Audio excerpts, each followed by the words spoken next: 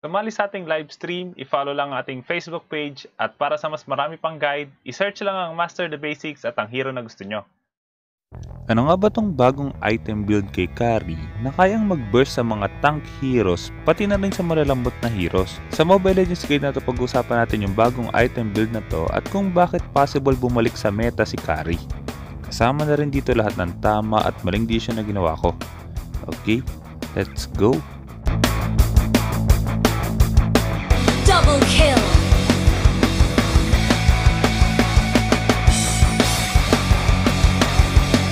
Unstoppable. Double kill. Sa laro na to, gold lane carry yung gamit ko at ito yung emblem at item build. Mamaya pag-usapan natin kung bakit ito yung bagay sa kanya.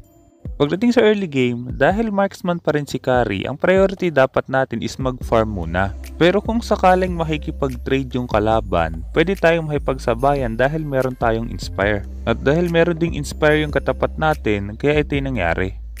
Parang nakita ko siya, ina. Sige, sabayan ulit. Part 2 to, part 2. Part 2 nung kanina. Part 2. Pak, patay. Isa sa mga nagiging problema ng mga marksman ngayon, lalo na sa early game, kapag naka-inspire sila, masyado silang nagiging matapang. Kailangan nyo tandaan, ang priority natin is magpa-item muna. Kaya makikipag-trade lang tayo kapag nauna silang lumapit. Hindi natin kailangan patayin yung katapat natin kasi kailangan natin mabuo muna yung items bago tayo pumalag. At kapag hindi umaabante yung kalaban, mag-focus lang tayo sa pagpa-farm. Hindi rin ganong kalakas mangharas sa lane si Kari, kaya kung may chance tayo na i-clear agad yung lane, dapat i-clear agad natin yon. Ang magiging advantage nun, pwede tayong makakuha ng gold sa crab or makaikot agad. Dahil nga sa passive ni Kari, kaya mabilis lang natin makukuha yung crab. Malapit na rin mag-open yung turtle at dahil nga kaya kong maklear agad yung lane, kaya pwede tayong sumunod pero hindi tayo tutulong sa turtle. Sabi ko na eh. Kaya ayoko ilapit sa kanya eh. Oh, emotean tayo. Ay, nasa na emote ko? Emotean mo ako ah. Saan kaya yung kakampi niya? Aray. Paano ko? Kaya ako pumasok sa bush kasi istanin niya ako sa ano? Sa wall. Kaya mo siya dyan. Basta ako magpa-farm. Baka kasi papunta na yung kakampi niya. Main spare na rin to eh. Attack the turtle. Pagka dito. Pagka dito ibada. Attack the turtle. Faster and faster. Punta tayo sa ano, sa mid. Farm tayo sa mid farm. Yaman ko. Asan na yun? Ayun pala yung jungler nila. Nasa kabilang side. Clear tayo sa gitna. Uy! Maana ko. Bakit ah? Kaya muna natin sila sa ano. Kaya muna natin sila dun sa turtle. Kasi hindi pa tayo gana makakatulong dun. Tapos makakakuha ng gold to. Marami akong basic attack sa'yo. Marami akong basic attack. Nade-delay niya pa ako. Hindi ko pa hindi makuha yung ano. Kung napansin nyo, dahil nga mabilis tayo nakapag-clear ng lane sa top, kaya pwede tayong kumuha ng farm sa mid lane. Dahil nga kailangan natin makapag-item muna, kaya pwede tayong gumawa ng iba't ibang paraan para mas mapabilis yung pagpa-farm na yon. Maliban doon kung napansin nyo, hindi ko kailangan tumulong agad sa turtle fight. Maliban sa wala pa tayong gano'ng magagawa sa team fight, iniwan din natin yung lane natin.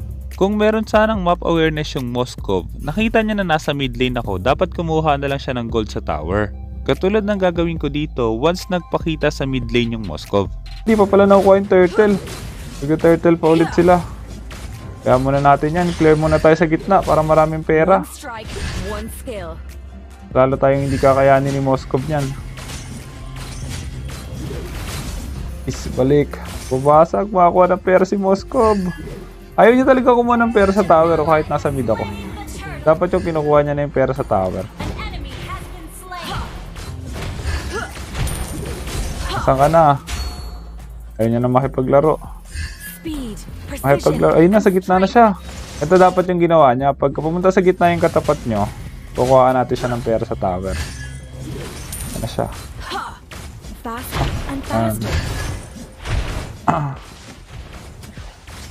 Attack. Nice one.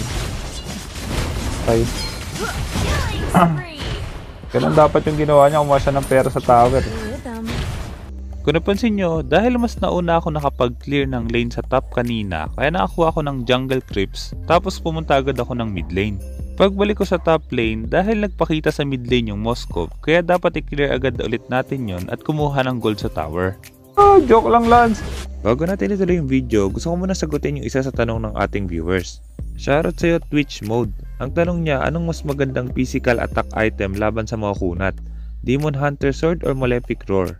Kaya nyo tandaan, ang Demon Hunter Sword, maganda siya sa mga matataas na buhay na kalaban.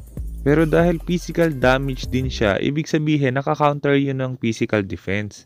Kaya kung mataas ang physical defense ng kalaban, ang magandang i-counter doon is Malefic Roar. Maganda rin pagsabayin yung dalawang item na yan, lalo na kung DHS yung main core item ng hero na ginagamit nyo.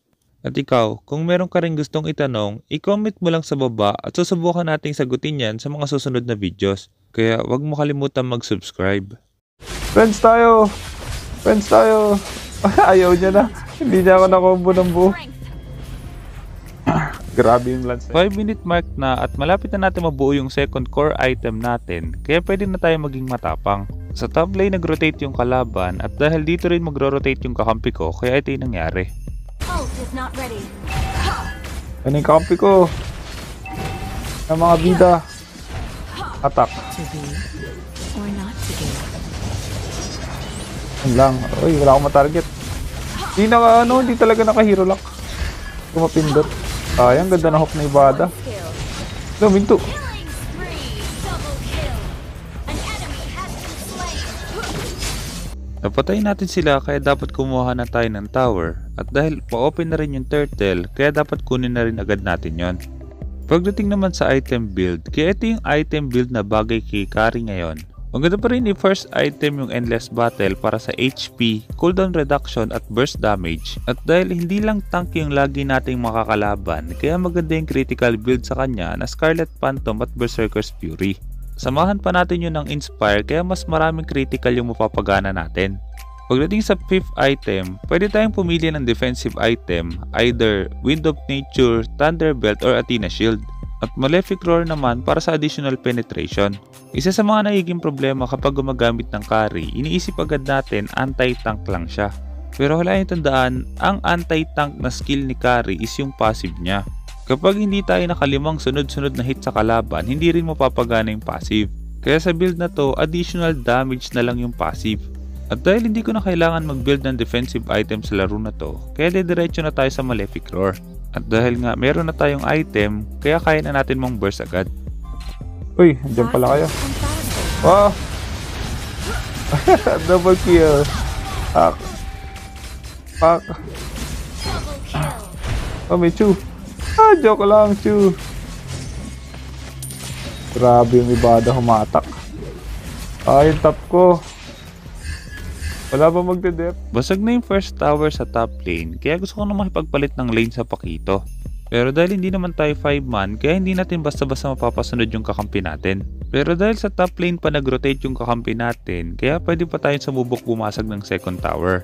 Pero once na mag-isa na lang tayo sa top lane at delikado na sa top, kaya kailangan ko na pumunta sa bottom lane, kahit isacrifice ko na yung first tower sa top lane basta mabasag yung bottom. Precision and strength. Tutihan ko siya agad eh. Grabe naman, tumi-tiktok yung Ibada. Uy. Hello, di mo basic attack.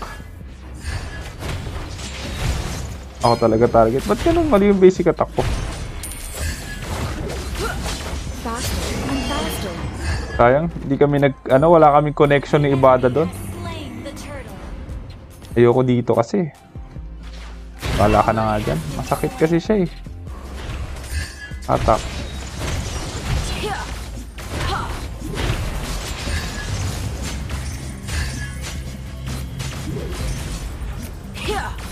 One strike, one skill. Oh, masipa ako. Wala ka dyan. Pa-farm na nga lang ako. Oh, masipa niya ako eh. Stop. Stop, please. Stop.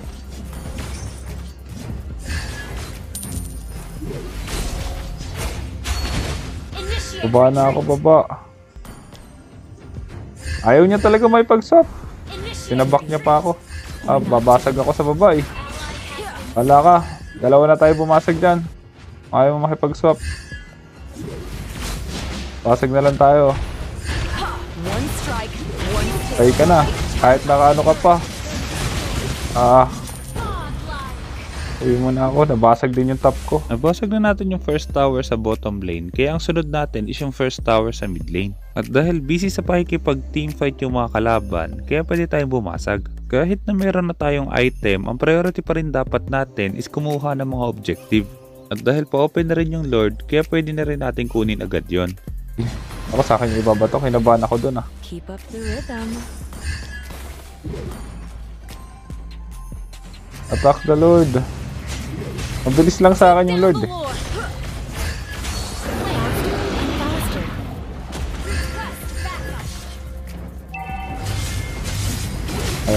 Ayaw na. Ayaw nila maniwalang mabilis lang yung Lord. Yun lang. Monster kill. Uy! Sumipa. Attack. Nice. Buwan patay na yan. Has been slain. Napatay na natin sila tapos nakuha pa natin yung Lord, kaya dapat bumasag na tayo. Hindi natin kailangan mag-defense.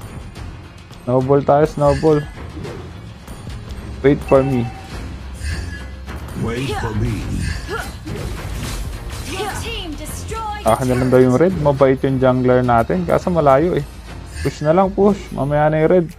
One strike, one kill.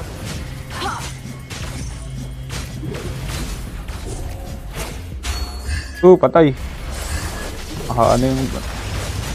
Patay ka. Ay, yun lang. Patay. Your team destroyed a turret. Fuck. Double kill. Grabe naman yung ginawa ng Pakito dun. Fuck, patay. Legendary. An ally. Your team destroyed a turret. Pasag. Tapos na. Pasag. Sana may natutunan ka sa guide na to, at kung meron kang guide na gusto ipagawa, i-comment mo lang sa baba sa subang gumawa ng guide tungkol doon.